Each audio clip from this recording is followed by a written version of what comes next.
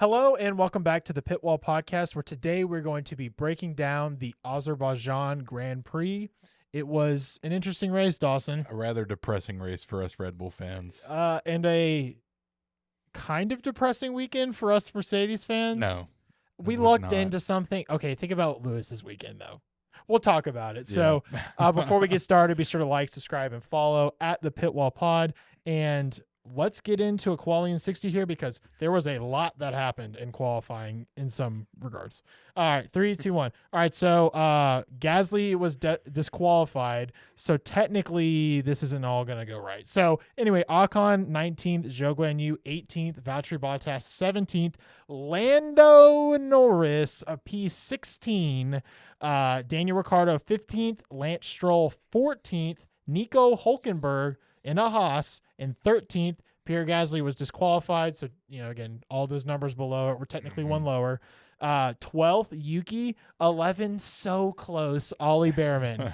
P10, Alex Albon, who had a crazy situation with his airbox. But P9, Franco Colapinto, who needs America? P8, Alonso. P7, Lewis Hamilton. P6, Max Verstappen, who got out-qualified by the following: George Russell, Checo Perez, Carlos Sainz, Oscar Piastri, and the man of the streets that isn't Checo, Charles Leclerc. Yeah. So it was an incredible qualifying. Leclerc just was on it, man. I agree. And they had terrible practices, and Kendra and I were watching together, and Kendra goes, I think Ferrari's off it this weekend. I said, nah, they're going to get pole. And then immediately it was like on it constantly. Yeah. So This week, I mean, for me, I was really excited to see Checo with a chance at a podium from qualifying. But I had a feeling something was going to happen. We'll get into that later. So let's talk about this lap 1 incident. okay. So we had Stroll and Tsunoda clash lap 1. And who is at fault? Oh, who could be at fault? Let's see. Well, there's the spastic. Dude, it was totally Lance Stroll's Yeah, fault. I agree. Oh my gosh. Yeah, Stroll came over onto Tsunoda, ended up hitting his back wheel, which took Tsunoda out of the race completely. It put a hole in the side of his car for a second race in a row. Yeah. Yeah. So and then Stroll ended up retiring with a puncture in his tire. Menace of the Week award. I mean, sure. I mean, Dude, I feel like that goes to it immediately. This is the tight contest for Menace of the Year. It, I just got to say. It really is, actually. It's because, we have Magnussen, we have Stroll, we somewhat have Checo. I would say Lando gets an honorable mention here. That's fair. A little bit. So, yeah, dude, I was like, what is this content? Yeah. And then he was complaining. It's just ridiculous. So I kind of took your driver for Tsunoda because I explained the crash, but how did Alonso do? Alonso did, okay, I guess. He did P6, which is abnormal, but I don't know. It's just it was lucky, because it kind of just fell into place. I don't know. Aston's just not relevant, other than them getting Adrian Newey. But again, it's just kind of sure, you got P6, but sure, yeah. But he beat Lewis, so that's pretty legit, I guess. Yeah. So we have not a lot, but a good bit of news to kind of sprinkle in as we go. So I'm going to talk about Ricciardo. Away. Yeah. Once again, P13. Like I said, the past few weeks, it's P12 or P13 is the sweet spot for this car. But we have some rumors going around where Liam Lawson will be taking one of the seats at VCarb. And Yuki's already confirmed. Yeah. So that means either Ricciardo. Well, nothing's confirmed yet, but rumors, of course. These are very serious rumors. Expect this to happen. It comes to the thing we've talked about all season: is Checo out, Ricciardo in, or is Ricciardo done for? What do you think? I think Checo's out. I think that's the right move to make. I think it's personally the right move. I mean, you have the personality of Ricciardo. Everybody loves him. Yeah. Especially in a Red Bull seat. Yeah. So logistic. You can look at this race. We'll talk about Checo later because it gets into the top finishers. But with what happened this week, it's a little rough. Yeah.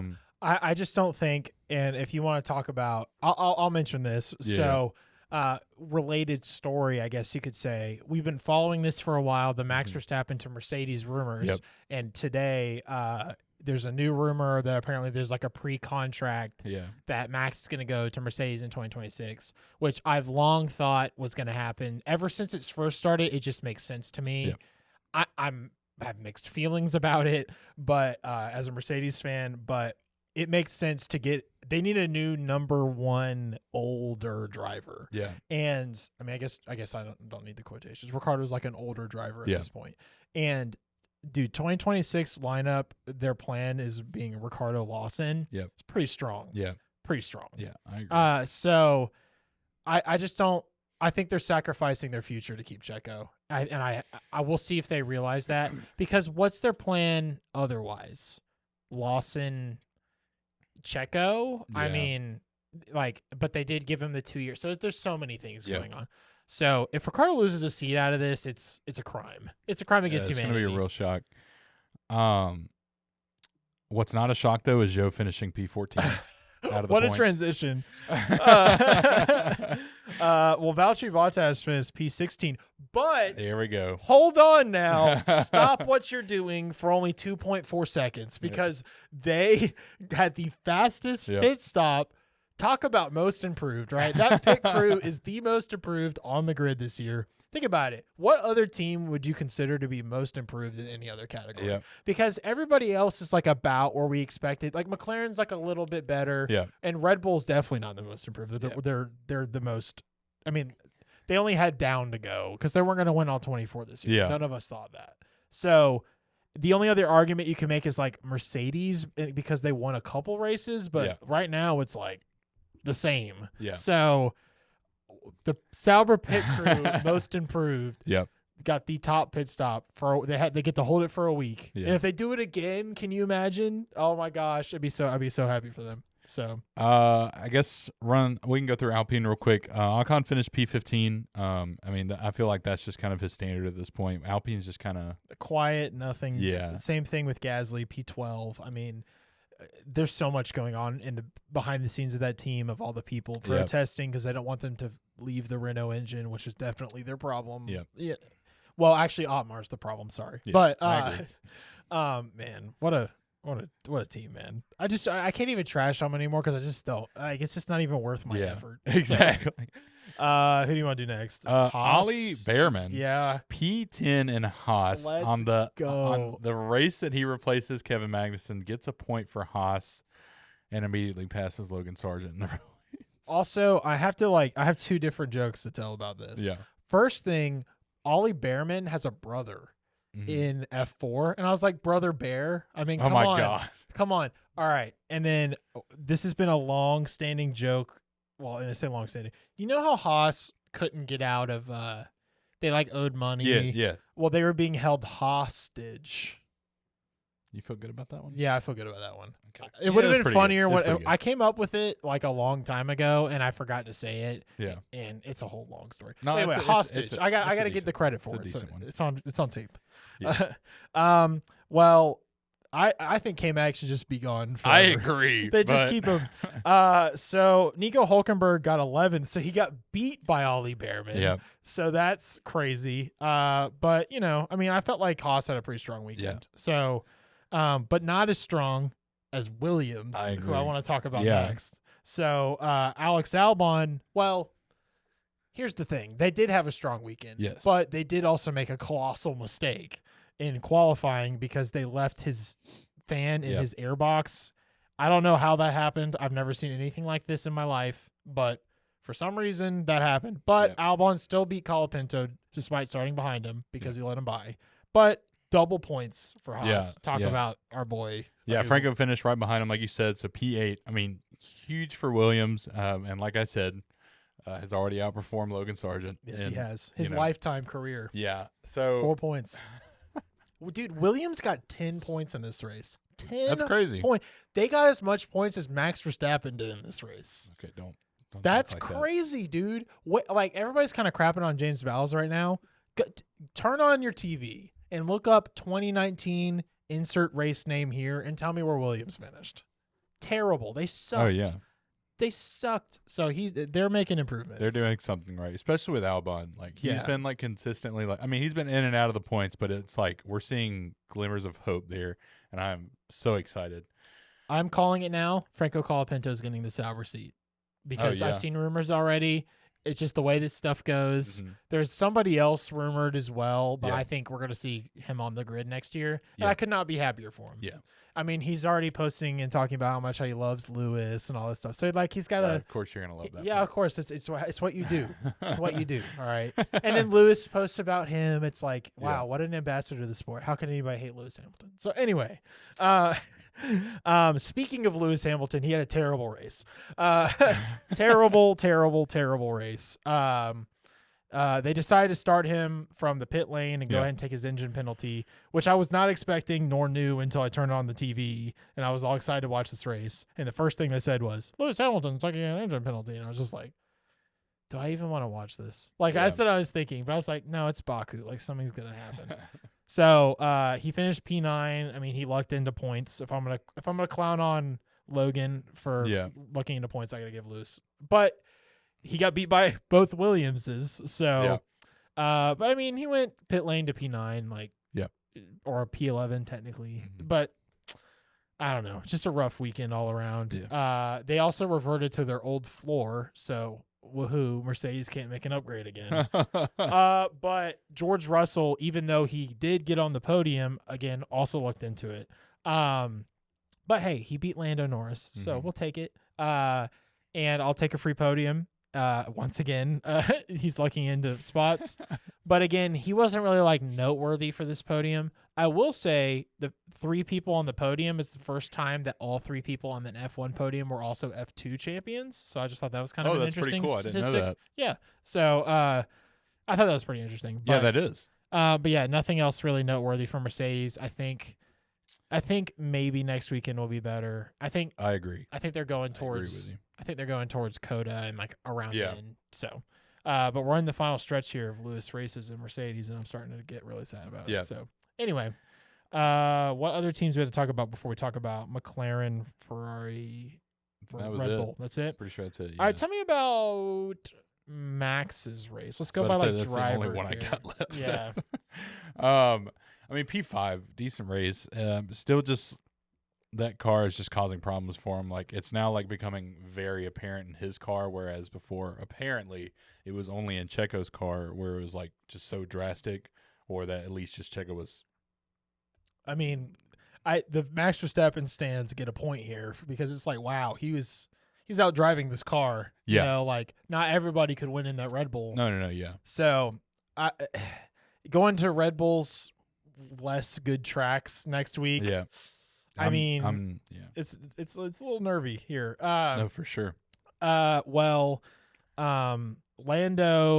did pretty well considering the fact that he qualified terribly. Actually, really well. I mean, he beat Max. Yeah. He didn't make up enough points if you're going by overall races. Mm-hmm. So it's going to take, at this point, something drastic to happen. Yeah. So he finished P4 just off the podium. Mm-hmm. And again, it doesn't really make a difference where they finished because the gap matters the most. Yeah. Not so specifically. Like it's not like what happened. The 2 drivers were in between Lando and Max got a bunch of extra points. It didn't. So he made up 3 points. He needed to make up 8. Yep. So now he needs to make up more like 9 every weekend. So essentially, it's going to take a DNF. Yep. It's going to take a DNF. Probably. Or a terrible or a non-point scoring weekend. Yeah. Which may or may not have happened last year-ish on this race. I mean, qualifying-wise on last year at Singapore. So, and then I'll go ahead and talk about Charles Leclerc. Okay. So then I'll let you take the floor for the incident. Oh, just before you do that, Piastri, we didn't talk about. Yeah. P1, amazing race. I mean, I put this down. If I think Piastri is going to finish the season with more wins than Lando. Yeah, I think so too. And I think next year McLaren's going to swap that number 1 driver around. Oh. They say mindset. They have no number. They're both number 1. That's not a thing. It's not a thing. Certified, not a thing. Mentally, there will be. And I think that's going to be Piastri next season. Not that I am not a fan of Lando. Not that I think he can't do it. It's just he's not right now. Yeah. Well, so Charles Leclerc, I said this to you earlier. Mm-hmm. I think he is the best performing driver in the last couple recent races. He's okay. You can make an argument for Oscar Piastri. Yeah, Piastri is the only argument against that. I would say Leclerc is out driving his car more often than Piastri has the fastest car. So but I'm not taking anything away from Piastri. I just think Leclerc has been performing very well since the Dutch Grand Prix, and this race was no exception. I mean, of course, he converted another pole to not win, but he drove an incredible race following Piastri under a second for like 20-something laps, and then dropped back. And then not only did he realize, okay, I'm not going to win, he then attempted to help his teammate in a completely strategic masterclass, I thought, where he dropped back to try, because I'll set up the situation that was happening. So Leclerc is following Piastri for the entire race. Great race. Realizes he's not going to win, or tires start to drop off, one or the other. Leclerc drops back because Carlos Sainz has pitted and is coming up on Checo, who has also been about a second-ish behind Leclerc the whole time. Yeah. So it's been a three-way battle for first. At any point, I thought at different times, I thought Piastri was going to win. I thought Leclerc was going to win. I thought Checo was going to win. Yeah. And then he's helping back Checo into Sainz, so that way Sainz could overtake. Also, just want to note that Lando did something pretty baller during this race, which is he helped out Piastri by holding Checo up at one point. Oh, yeah. I think it was Checo. Yeah, and I was like, dang. Like, some good teammate work here. Good teamwork. It reminded me of when they called Checo an absolute animal during Abu Dhabi 2021. Yeah. But anyway, with that said, the stage is set. Everybody is within like a second of each other. Oscar Piastri's checked out about 3 seconds ahead. Take it away. So with Leclerc close to Sainz and Checo, go around that corner. Sainz is against the wall, and from what I've seen, just pure inertia. Sainz made the overtake. Let's just say that. Yeah, so made that an overtake on this. Checo. Yeah. And from what I've seen online, just pure inertia from the wall and going so fast. His car started drifting a little towards the left, while Checo was also going towards the back right of his car, trying to pull off an overtake. And what isn't that? It's just a racing incident. Checo hit Carlos's car, or other way around. You can call it whatever, but they ended up putting each other into the wall and just immediately crashing out. Perez was mad when got out of his car, pushed Carlos's head back, and was like, "What are you doing?" Which I was like, "Oh, that's not a good sign." Or a good look, considering I originally thought Checo caused that. I did too. Yeah. And I mean, it might be biased. I know you did. Well, it might be biased. Well, let me just say, to not have a driver involved in a controversial crash for once is just incredible. I just gotta say, must be nice. I gotta say, it's always, Max and Lewis hit. Oh well, he was going too fast around cops. I'm so glad to not be part of this discussion, but. I've watched it. I've watched every angle. I've watched it a lot. I agree with the racing incident. There's a lot of telemetry involved. I've watched the onboard of Sainz not turning his wheel at all. And dude, it's just crazy. I just wonder what the drivers think now. And I was trying to think all right, who won and lost in this situation, right? So Mercedes won. They got more points but let's just be real. Mercedes has got fourth locked up at this point. Yeah. They're not going to get any more unless the top 3 teams are so close that they're crashing each other every race, which is starting out quite well for Mercedes right now. Yeah. But so realistically, I mean, I don't think where Mercedes' points finishes really matters. I'd rather just bang out a couple more wins and whatever.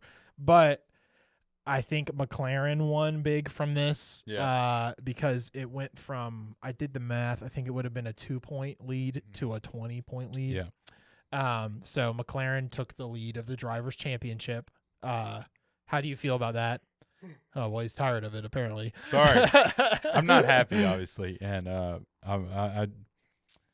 this is the first time in a long time, dude. Yeah. It's a long time, man.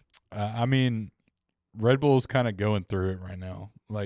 I mean, they just need to figure some stuff out. Apparently, they've been having issues for over a year now, but they're like finally just kind of coming to light over these past few races. And I feel like because they couldn't catch that before, it's going to cause a lot of issues down the road. With no Adrian Newey to help you solve especially. it. Yeah. Well, it's refreshing. Let me just tell you. I'm sure. Now, I'm actually kind of upset that McLaren's leading the the constructors like a little bit. They're just such a dysfunctional team. It's like if you gave Sauber the fastest car. It's what it feels like. Oh. Or Alpine. Like you gave Alpine would be Alpine the fastest car. Alpine or like Aston Martin would probably be like the worst to give the fastest car. Okay, it's like if you gave Alpine with 2 Lance Strolls driving. Oh. So that's what it feels. Well, okay, then they wouldn't be leading the championship, but because Stroll sucks. But I don't know, man. It's not satisfying. And again, it's because I'm a Mercedes fan. So the most satisfying thing I think for a large percentage of fans, I'm not saying the majority, I'm just saying is if the way it happened was Mercedes had a big comeback after 2 years and barely beat Red Bull and Lewis wins. That's the satisfying way that a part of a fan base is happy. Then the McLaren fans are happy, but are you telling me it's the most satisfying way? They took a lead because of a crash. They took a lead and they squandered multiple podiums and wins thus far. It's just not. It just it doesn't feel deserved. Mm-hmm. They built the fastest car, but they're not the best team. Yeah. So it's I know what you mean. Because again, I'll shut up about Mercedes in a second. Mercedes won 2021 with not the fastest car, in my opinion. Yeah. But they had the 2 better drivers overall. Because I even think Max wasn't quite up to snuff yet. Yeah. As much as he is now, where he knows that second place is better than not finishing. Yeah. It's Max is a mature driver at this point. So I don't know, man. I'm just but I think it's over. I got to be honest. I think it's over. I think McLaren's won. And do you agree? Yeah. Now let's talk about the drivers. Sadly. Let's talk about the drivers championship real fast, and then we'll wrap up. So I would like to raise just a question. Well, actually, let's start with. I'll stay on constructors for a second. Yeah. So currently, let me make sure I have these numbers correct here. All right. Currently, Ferrari is 31 points behind Red Bull. Yeah. 31 points. And we're going into and constructors? In constructors championship. Yeah. Ferrari is 31 points. And when we were going into this weekend, McLaren was only 30 points behind Red Bull. Yeah. Now, both Red Bull and Ferrari lost a bunch of points, but Ferrari outscored Red Bull at this race. Yeah. And again, Ferrari's so wishy-washy, so it's hard to say, but do you think there's a legitimate chance that Red Bull finishes 3rd in the constructors this year? There's not 4th, chance, obviously. But it's Ferrari. It is Ferrari. But it's also Charles Leclerc's performing very well. Yeah.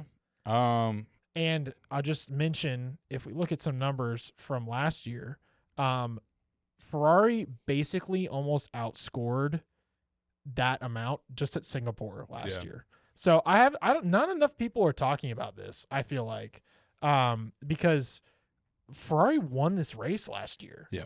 And again, it was kind of, it's always a race situation. Yeah. It's never perfect, but they won this race. They got a 1-4. They scored, let me do some quick math real fast, 37 points last year, whereas Red Bull scored 14. That's huge. Yeah. So, I don't know, dude. I think Red Bull's going to finish 3rd. I'm being real. I know it sucks. Yeah. Just keep in mind, you're still beating my team. No matter what happens, you'll almost definitely beat. Wow. That doesn't matter. Ouch. Tell me I'm a midfield team without telling me I'm a midfield team. No, not because I don't care what. No, team I you're know. rooting for. I just want them to win. I know. Well, give me your winner and loser for this race, friend. Winner's going to be Charles Leclerc probably. Or actually, I'll just leave it at that. Loser is, as much as I want to give it to Stroll, or sorry, not Stroll, Sainz and Checo. I honestly think Tsunoda is the biggest loser. Yeah, that's an interesting take. Didn't even have a chance at the race. Yeah. gonna take the easy ones. I'm Yeah. gonna do winner Oscar Piastri. Yeah. I feel like this is like the way he celebrated. He was so happy. Yeah. He drove a fantastic race. It was amazing. I mean, world championship material. I completely agree. The best driver at McLaren. Just gonna go ahead and say it. Better driver at McLaren. And loser, I'm gonna give it to Checo. I actually kind of feel bad for him. Yeah. But you don't get in. I will say, and my mom's gonna like blow my phone up when she sees this. You don't get in a situation where you need that podium desperately without having a terrible season before that. Yeah. So I feel like a lot of other drivers maybe would have given a little more space. I'm not saying it's Checo's fault. I'm just saying like, I don't know, Lewis Hamilton would have backed out of that probably. I'm gonna be honest. I'm gonna be honest. But he also has won 7 championships and goes, you know what? I don't need third at Baku. I'll get it at the next corner maybe. Yeah. There's 2 laps left. Maybe he's not. Checo's playing like chess in the moment. Lewis is playing like 4D chess over like, you know what I'm saying? Yeah. So anyway, but yeah, that's about it. Be sure to tune in for our predictions podcast because Singapore's coming up and then we're about to have a huge break again, which is really annoying. But the season's incredible. Congratulations to McLaren and Ryan, who's probably listening to this. Ryan, if you are listening to this, you joined at the worst time in McLaren and somehow have converted it into the best time. And I don't understand. I don't understand how McLaren has done this. But also, and in other news, McLaren might be cheating, and we'll talk about that later. So anyway, I don't think they are. Or do I? Anyway, that's it. I'll talk to you guys later. See ya. Bye.